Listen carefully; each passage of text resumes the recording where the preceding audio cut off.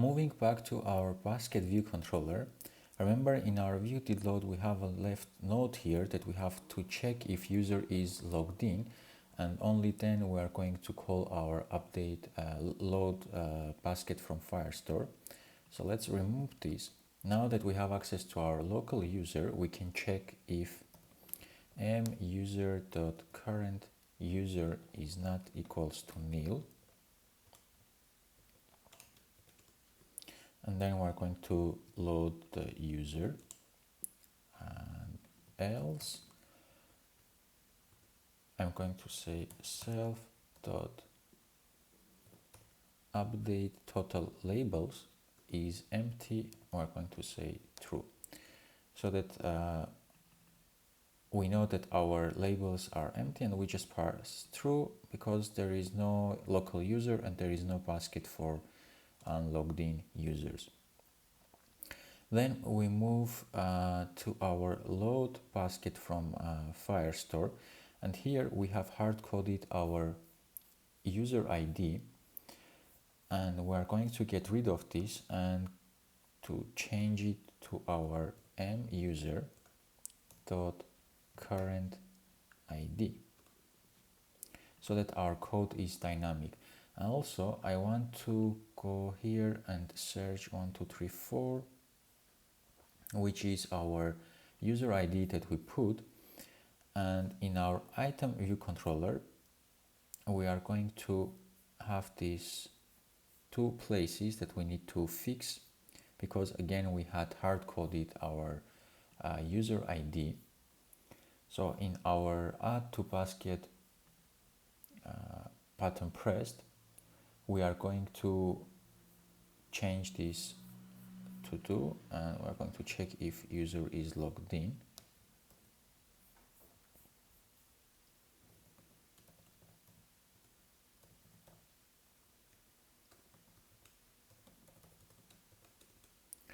So if our user is not equals to nil, I'm going to cut all the code here and paste it here. So we're going to download from Firebase, and the ID is going to be muser dot current ID, and let's get rid of this line here.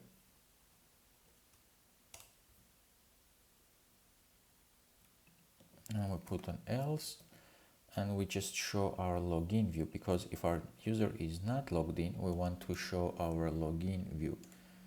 And the last thing we have here, creating new basket, and this is again in our item view, and the basket owner ID is going to be, again we had hard coded, is going to be our muser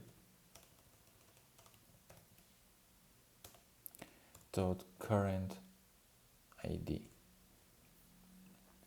So I can jump to my Firebase, go to the basket, and this basket I'm going to delete because there is no user with 1234 ID. So let's delete the document. And now if I run my application with these modifications, we should be able to create a new basket for my user. So let me just add something to my basket. I can see something new was created, and it has my owner ID 56v2, and this is my user 56v2. So the item is being created. Our basket has one item.